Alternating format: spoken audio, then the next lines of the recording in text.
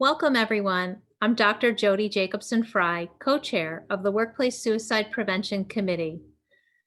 Welcome to our webinar today on crisis response, the importance of suicide postvention in the workplace.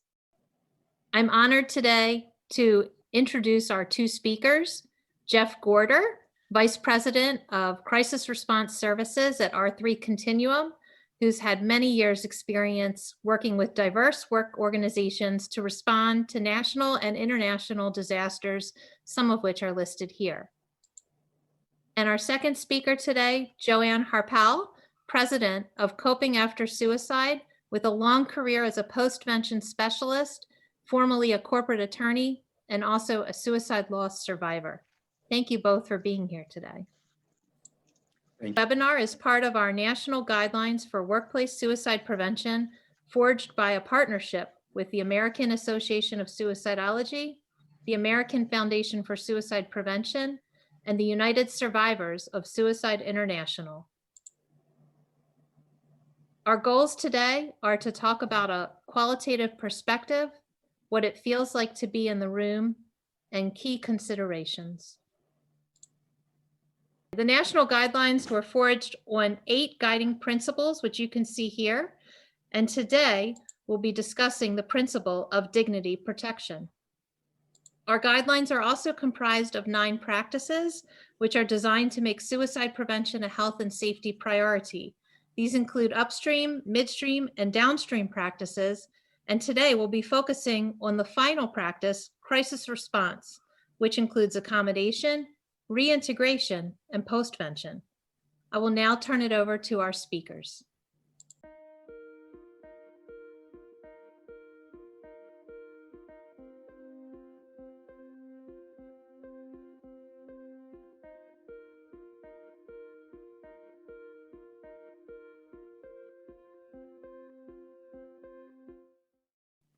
So I just want to set the context a little bit, set the table.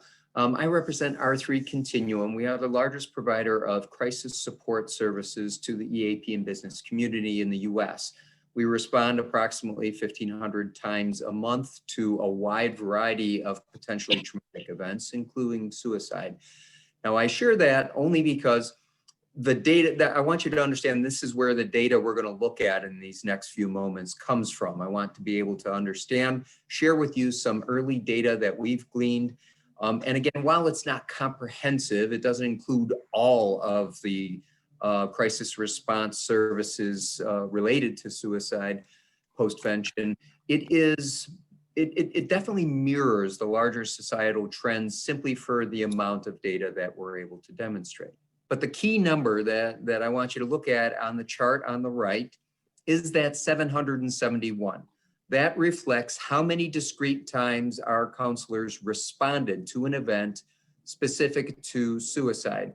And on the left, you can see the pie chart. The way to read that, because I know the colors are quite tiny on the scale, is the largest piece of the pie, the 48% is death at the top, and then it goes clockwise.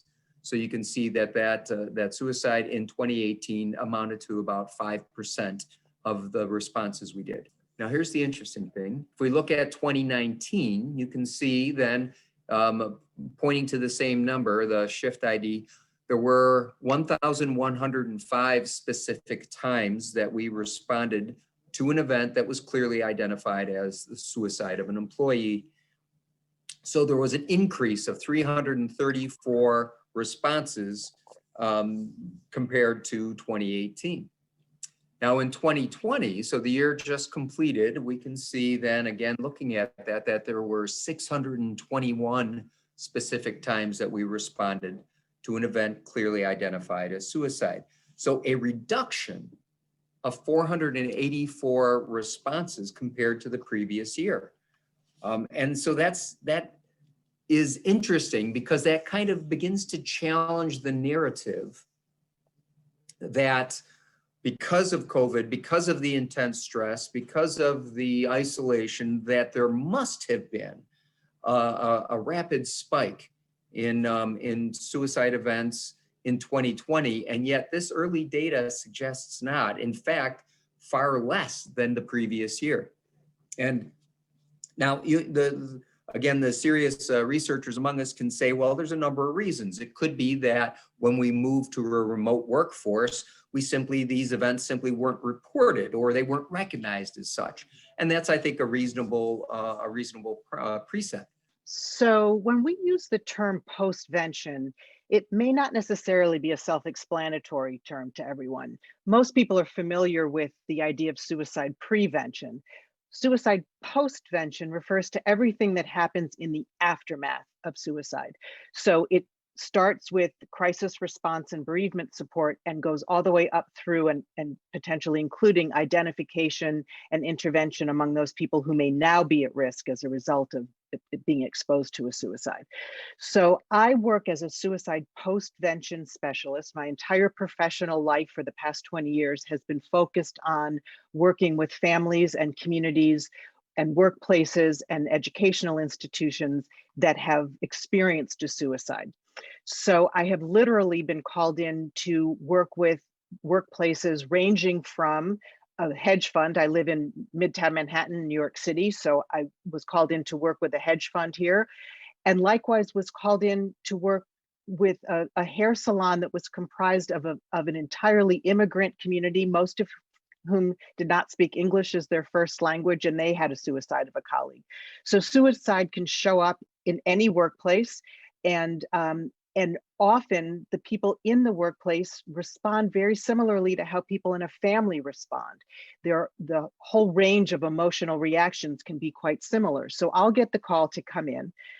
I am not a therapist, so I don't come in as a grief counselor. What I do is I come in as a subject matter expert to do a little bit of psychoeducation, but mostly I come in as someone who can answer their questions about suicide, because most people don't know much about suicide. They haven't had any exposure to it. And all of a sudden they find that they're in the midst of a situation that feels confusing and frightening, and it is comforting to them to have a little bit of information so that they can put this into context and understand suicide a little bit better. I also find that because I'm coming in as a subject matter expert, often it will entice people to come to the session in a way that if I come in as a grief counselor, they might not. There's a certain reluctance people often have in their work setting to be emotionally vulnerable. And so what I found is if I come in and promise to answer their questions about suicide, it's very soon that they start showing the emotion and asking things from a more personal perspective, but at least they've agreed to be part of the session in the first place. Whereas if it's focused specifically on their emotions, they may not want to do that in an open setting in the workplace. So the key things that I'm always keeping in mind when I'm working with a business in the aftermath of suicide is, first of all, that workplaces in many instances function very much like families. There are many of the same kinds of dynamics interpersonally as exist within a family.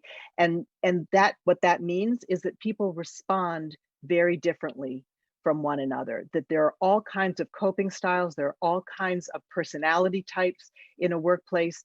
And so it can be very normalizing for them to understand that there can be a wide range of responses. I think of one man in the case of the hedge fund that I mentioned a minute ago, who said to me, I can't figure out who I'm going to see in the men's room crying, because it never seems like it's the people you would expect. Often the people who are most reactive and having the strongest emotions aren't necessarily even people who knew the person who died very well.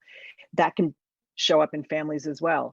The other thing that tends to happen in a workplace are all the same kinds of questions that come up when the person that you've lost is a family member, trying to make sense out of it, answering this question why, wondering whether you somehow had some culpability or responsibility. Coworkers often feel a sense of guilt and responsibility, even if they don't literally think that they were responsible. There's an emotional sense in which they may feel responsible. There often can be a component of anger.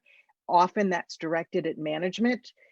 There is a narrative, and often that work stress results in suicide. And so it can be very helpful for them to understand when I come in and explain to them that suicide is extremely complex. The causes of it are complex, and it's not just that someone is under a lot of stress at work.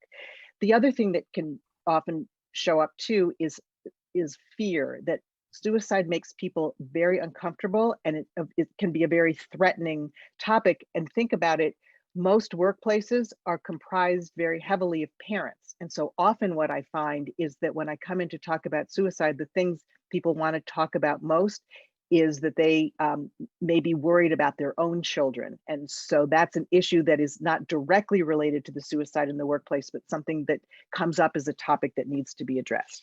So there are several concrete action steps that workplaces can take. One is coworkers often grapple with the question of whether or not they should go to the funeral.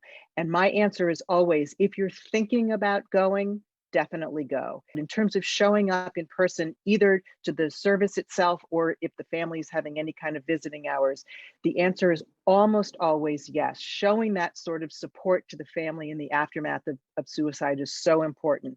And once you're there, interacting with the family, whether it's in person or if you don't go to the funeral, to send something, a note or an email, to reach out to the family, to share a story about their loved one that they may not know, right? The loved one had a whole life at work that the family may not have been part of at all. And so interacting directly with the family and not only expressing condolences, but also sharing a story about your experience with their loved one. And then the other two issues that tend to come up is, what do we do with their desk? What do we do with the space that they occupied in the workplace? And what do we do in terms of memorialization? Do we take up a collection within the workplace and make a donation? What do we do on the anniversary of the death? And so my guidance there is to remember that that is emotional as the situation may be, that you're dealing with a human being and their life mattered, and you want to honor them. As human beings, we have a natural inclination to honor the people who've died. So to do that, and then also gradually and sensitively work your way back to the business of business.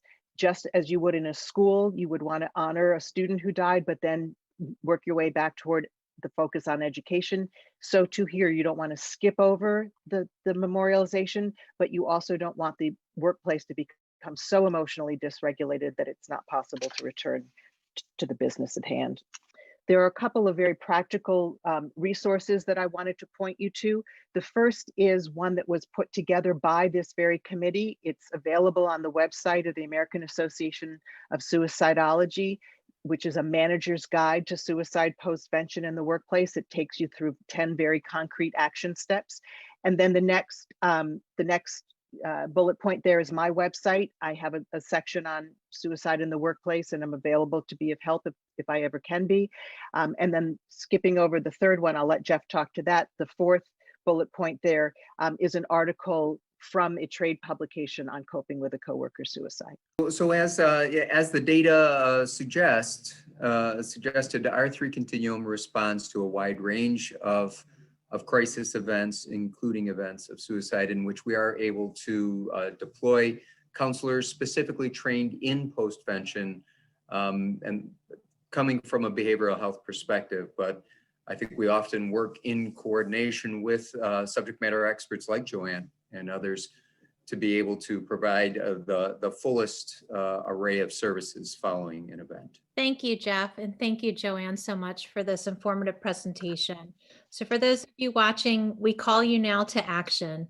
Please take time to visit www.workplacesuicideprevention.com and take the pledge, making suicide prevention a health and safety priority for your work or professional organization. Thank you.